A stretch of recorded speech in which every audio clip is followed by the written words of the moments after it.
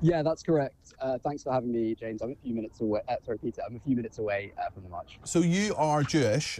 You are editor of a Jewish publication, but you're joining the pro-Palestinian march. Can you just give me your perspective on that? Some people will say, actually, this march has been very anti-Semitic in many respects. There are people on it who are holding things like swastikas in Stars of David and so on, and many Jewish people feel very, very uncomfortable. But you've actually joined it. So just give me your perspective. Yeah, I've been marching alongside a very large and vibrant Jewish bloc for the past 6 months, really. We've been marching to demand an immediate ceasefire. The suffering and the death and the devastation we've seen in Gaza is simply unimaginable. On my way here, I read about a young girl, a child, who had died from heat exhaustion because of lack of access to proper sanitation. And so we're here to reaffirm the importance of an immediate ceasefire. As I said, I've been part of a very large and vibrant Jewish bloc, and we've been received very warmly. There's no doubt, of course, that I think the whole world wants the conflict to stop in some regard. Nobody wants innocent civilians in Gaza to die, or indeed innocent civilians in Israel, certainly the people who suffered such horrendous attacks on the 7th of October.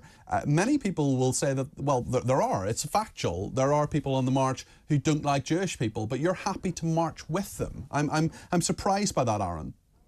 Well, I would seriously dispute your characterization of the marches. My experience has been that the overwhelming majority of the people on this marches are decent people who are appalled by the suffering and devastation. I'm sure there are many, many decent people on that march, Aron. I'm not saying for a second that all of them are anti-Semitic, but there are people on that march who are pro-Hamas, terrorist organisation, who are saying that Israel is a terrorist state, for example, which I disagree with. You may disagree with me, and that's fine.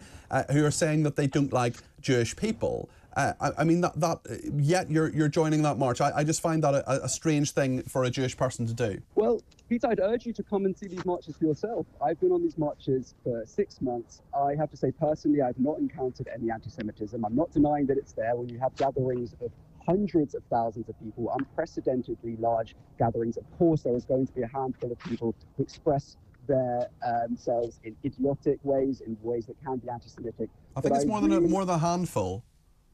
Well, in my experience, it's not more than a handful. I think the vast majority of the people here are here for good reasons. And I would urge you, and as well, just as I'd urge plenty of my Jewish friends and family to come along, because I think it's really illuminating. Because I think some of the ways that parts of the media and some politicians have characterized these marches are not only deeply inaccurate, but I think they're really... But it's not inaccurate to say that there are people who support Hamas on those marches. Hamas is a terrorist organization. It may not be inaccurate to say that there are a handful of people, but it's inaccurate to characterize the marches as a whole, as some politicians have attempted to do, as hate marches. I find that deeply inaccurate. And not only do I find it inaccurate, I find it offensive and unhelpful, because what it does is it pits very real fears for Jewish safety. We've seen a sharp rise in anti-Semitism and a sharp rise in Islamophobia, and it takes those fears and it pits Jewish safety against freedom for Palestinians. What I've seen on these marches has been an extremely moving show of solidarity between different marginalized communities. I've joined with Muslims, with people from all walks of life, and I think they really represent the best of. We're just slightly struggling to hear you, Aron. I do want to give you your say. What I want to ask you is about this march that the Campaign Against Anti-Semitism has put on. I wanted to join it later today to support people who do feel, and you have said, and I agree with you, there's horrendous anti-Semitism out there.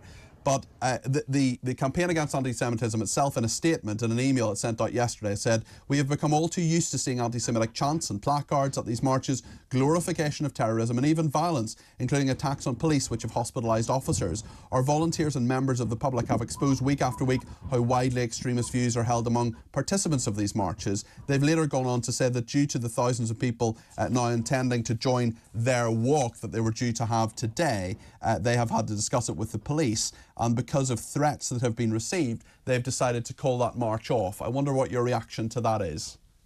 Well, I can't speak to the reasons why Mr. Fulter has decided to call off his march. What I can say is that Jewish opinion in the UK is extremely diverse. It's not monolithic. There are plenty of different views around all sorts of issues, including Israel. And I personally have been heartened by the number of Jews that have joined the movement for a ceasefire. that join the movement to support freedom and security for all in Israel-Palestine. And frankly, Mr. Forter's characterization of these marches is not something I've experienced.